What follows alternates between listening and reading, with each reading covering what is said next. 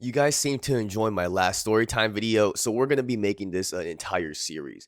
Of course, until I run out of stories because I'm only 26, but I'm bound to live through some more, right? We've talked about the LA County jails on this channel before, but today we're going back to the LA County jails because that's where this story takes place. Don't forget to subscribe to the channel and leave the video a like if you enjoyed it. It helps me with the algorithm. But without further ado, let's get on with the story. Wayside Supermax, also known as Pitch's Detention Center, is basically all dorm living, and each pod can house up to 80 or so inmates with the use of these triple bunk beds. While I was doing most of my time at Wayside, fighting my residential burglary case, I was a trustee at first. And for anybody that doesn't know what a trustee is, it's basically a jailhouse worker. And trustees have their own pods and they're not housed with general population. But anyway, I managed to get fired on my first day on the job. One of the CEOs inside of the kitchen were kind of being like low-key a little racist towards me. He was calling me shit like, oh, you Chinese or whatever. And I told him, bro, shut the fuck up. I'm Korean. So he pretty much wrote my ass up, told me to go take it back to my dorm, roll my shit up, so I could get transferred to general population. So they transferred me from the 500 floor to the 600 floor, and I landed in dorm 612 or something close. I can't remember exactly which number, but it was something around 612, 613. I walk into the dorm, and the rep for the blacks introduces himself to me, and he's from Hoover. Now, I can't remember if it was 107 or 112, but it was definitely one or the other. But they called him 2-star. Real chill dude. He let me know where my bunk is and who to switch with and all that other shit. And he started introducing me to the other brothers that were inside the dorm. And I met all of them, but I could only remember two because these were like the main three guys that I was hanging out with. It was 2-star from 107, Crazo from 5 Deuce Hoover, and this other dude from Compton Crip. And the only reason why I remember he's from there is because he would always be saying some shit like, bro, this is 2C's or don't breathe. It's Compton Crip. And that shit got stuck in my head, so I won't forget that. But I can't remember what they called him. But on the 1,000,000 to 1 chance Crazo from 5 Deuce Hoover is watching this, bro, I appreciate all the phone time you were giving me, all the spreads you let me go in on.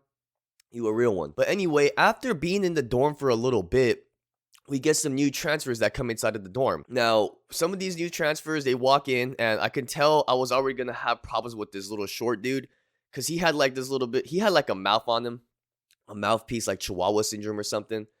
And I could already tell I was going to get annoyed. So another day comes, and I'm doing my little workout in the morning. I got my shirt off, just doing my thing after breakfast.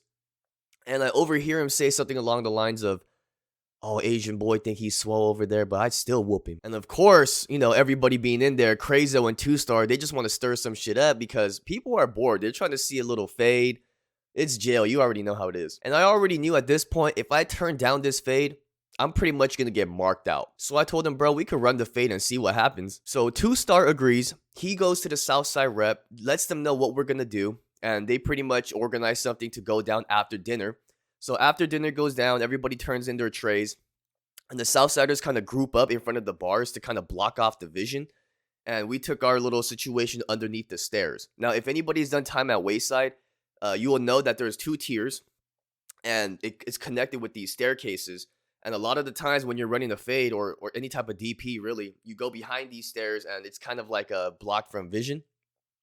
So we get down there, we get it in real quick. It couldn't have been more than 20 seconds. He got me good one time in the eye. I got him good one time. I can't remember where I exactly hit him, but I remember when he smacked me in the eye, though, because low-key, I was a little stunned. I'm not gonna lie. It was a classic bobbing and weaving, just hitting and missing, and it wasn't really anything. I wouldn't say I won the fight, but I didn't lose it either. And after it was all said and done, we threw in on the spread and laughed about it afterwards, as grown men should. So moral of the story, get your shit over with, like, from the jump.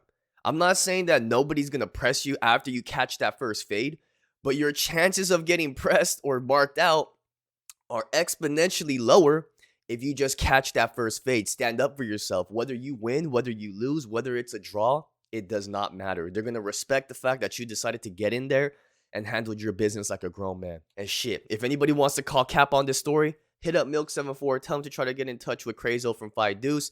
Or 2-star. Like I said, he was from 107 or 112. I can't remember exactly which one, but I'm pretty damn sure they can verify this story. Overall, jail is not the place. Even as a non-affiliate, you might have to catch a fade here and there. If you guys enjoyed today's video, make sure you leave it a like, but until next time, I'll be seeing you guys later. Peace!